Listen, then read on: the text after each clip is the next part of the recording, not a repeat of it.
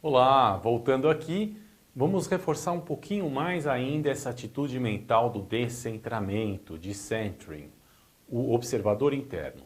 Na aula passada nós vimos o exercício da calma interior para uma cena biográfica de sentido de vida do passado, presença de sentido, segundo o Viktor Frankl e Michael Steger, e agora nós vamos olhar numa perspectiva de futuro. Então, na perspectiva da busca de sentido. Então, o Viktor Frankl estava lá no campo de concentração, passando por humilhações horríveis. A primeira semana ele via alguém ser assassinado na frente dele, ficava chocado. Via um defunto lá pendurado em qualquer lugar, ficando verde, com um semblante horrível, ficava chocado. Daí ele foi notando, depois de 2, 3 semanas, ele via aquilo era tão usual, que ele dessensibilizou, aquilo não chocava mais ele. Era como se ele estivesse vendo insetos mortos. E ele ficou chocado de perceber como ele estava dessensibilizado. Então, uma situação tão aversiva, que ele poderia ser o próximo, né, a morrer daquele jeito desumano. Então, além da técnica de ver uma cena no passado e ter mais consciência dela e perceber que a vida faz sentido, desse sentido que flui do passado para o presente, ele também fazia o seguinte artifício. Ele imaginava ele nas universidades de vários países do planeta, dando palestras, dando aulas de como um psiquiatra, um neurologista, um psicólogo, um pesquisador de psicologia, como ele observava os comportamentos humanos e os fenômenos psicológicos dentro do campo de concentração. Então ele estava passando por uma humilhação no campo de concentração e ao mesmo tempo ele falou, nossa, que horrível isso, nossa, que ruim. E que bom, isso vai ser um excelente exemplo para a minha aula, que eu vou dar no futuro. Busca de sentido. Eu vou fazer isso ter sentido. E realmente aconteceu. Ele tinha 2 sonhos, na verdade. No futuro eu vou reencontrar minha esposa e vou dar essas aulas. A esposa nunca mais ele encontrou, infelizmente, mas a aula ele deu em Harvard, aqui no Brasil, no Rio Grande do Sul, na PUC do Rio Grande do Sul, e realmente ele realizou aquilo, né? Então, busca de sentido. Bom, aqui para facilitar, numa aula tão curta, a gente vai pegar um momento da tua biografia em que você estava se reinventando, buscando um novo sentido, e daí você conseguiu depois. E a gente vai lembrar desses 2 momentos, o momento da conquista, mais como um referencial, e depois fazer o exercício todo no momento da busca. Então, por exemplo, depois de trabalhar em multinacional, trabalhar com estatística aplicada em excelência operacional na 3M, ser professor de matemática, estatística e cálculo aqui na USP, passei no concurso dos meus sonhos de sustentabilidade, muitos anos me dediquei bastante para a sustentabilidade ambiental, com pesquisas, mestrandos, doutorandos, e daí eu senti essa necessidade de me reinventar e buscar ser um pesquisador e docente de meditação mindfulness. Liguei para o Marcelo De Marzo, conversei com ele sobre essa ideia. Será que eu poderia fazer um pós-doutorado sob a tua supervisão? Né? Então, esse momento é um momento de busca de sentido para mim. Ou o momento em que nós estávamos fazendo o projeto de pesquisa do pós-doutorado. A gente fez o primeiro, foi aprovado e tentando implementar aquilo a gente viu que não estava tão bom, que seria melhor fazer uma coisa mais prática e focada numa versão 2, e aquela ficou boa. Busca de sentido. E depois isso proporcionou todas essas aulas que eu tenho dado nas empresas, primeiro escalão da Petrobras, Nestlé, enfim, Ministério Público, várias universidades, escolas e ONGs, né? Hospital, daí a colheita disso, né? Que ainda tomara que tenha um longo caminho, né? Tomara. Mas então, agora a gente vai fazer exercício sobre esse momento de busca. Primeiro a gente vai mapear o contexto, o desenvolvimento, abrir o escopo e daí fecha o escopo para apenas uma cena bem representativa desse momento de busca de sentido. E fazer aqueles passos do exercício de calma interior do observador interno, decentering. Vamos lá? Então, postura de meditação, postura bem desperta e tranquila ao mesmo tempo, o corpo ajudando a ativar esse estado mental. Primeiro passo, relembrar aquela cena, relembrar o contexto. Qual foi o momento que você se reinventou? Qual foi o momento que você buscou um novo sentido na vida profissional, na vida pessoal, na vida existencial? Escolher um e ver brevemente a cena da busca, da consolidação, de colocar em ação as dificuldades, driblando as dificuldades e colhendo alguns frutos disso.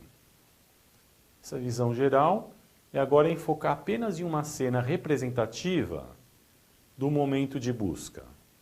Por exemplo, eu vou lembrar do momento em que eu estava conversando com Marcelo De Marzo para ver se seria possível fazer um pós-doutorado com a supervisão dele. Busca. Onde foi, quando foi essa cena?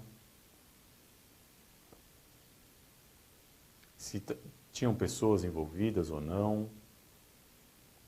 Qual foi teus pensamentos sobre essa busca? Qual era o conteúdo dessa busca? Qual era a intensidade do drive, né? Essa força, essa garra, essa vontade de colocar energia nisso? Qual foi o grau de engajamento, né? Quanto isso fazia sentido para você? Quanto você dava atenção? O quanto isso te mobilizava quando ia tomar banho, quando ia caminhar, enfim, insights, conversas com colegas, né? E daí pegar essa cena representativa de como estava esse drive, essa busca, essa garra, essa vontade. As emoções envolvidas, as perguntas que você tinha, os planos e passos que você tinha para testar aquilo, para validar. Reconstruir aquela cena visualmente, cores, luzes, sons, cheiros, se tinha barulhos ou não, na medida do possível reconstruir. Mentalizar aquela cena, reconstruir, reviver ela, como se fosse agora. E daí se distanciar disso. Se distanciar na postura do observador, como se tivesse um drone gigante te carregando por um ponto de observação. Você observando uma outra pessoa passando por aquilo.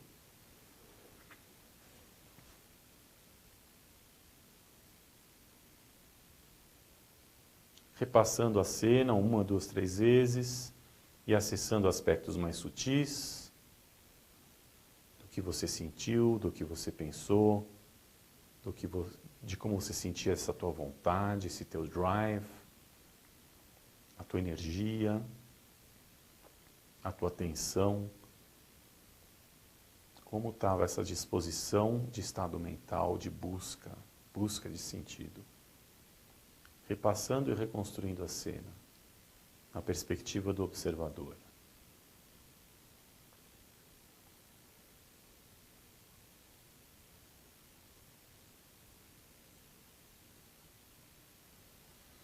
E agora relaxar e deixar ecoar.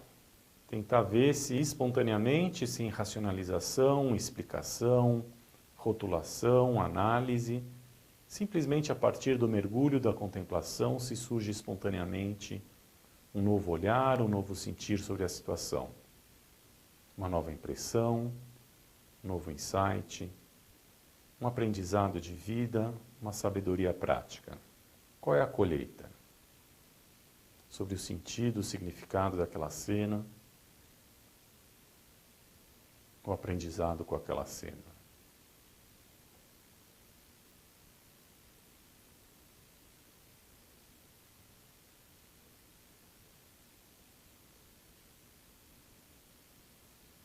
E ver se os passos anteriores proporcionaram algum sentimento de calma interior,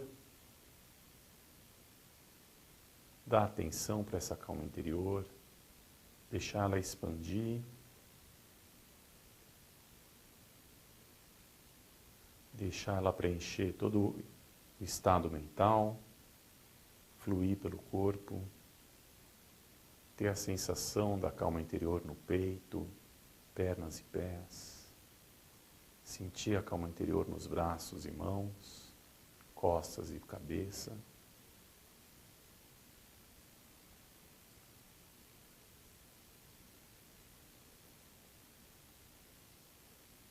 Calma interior, decorrente da perspectiva do observador interno do Decentering. E voltando.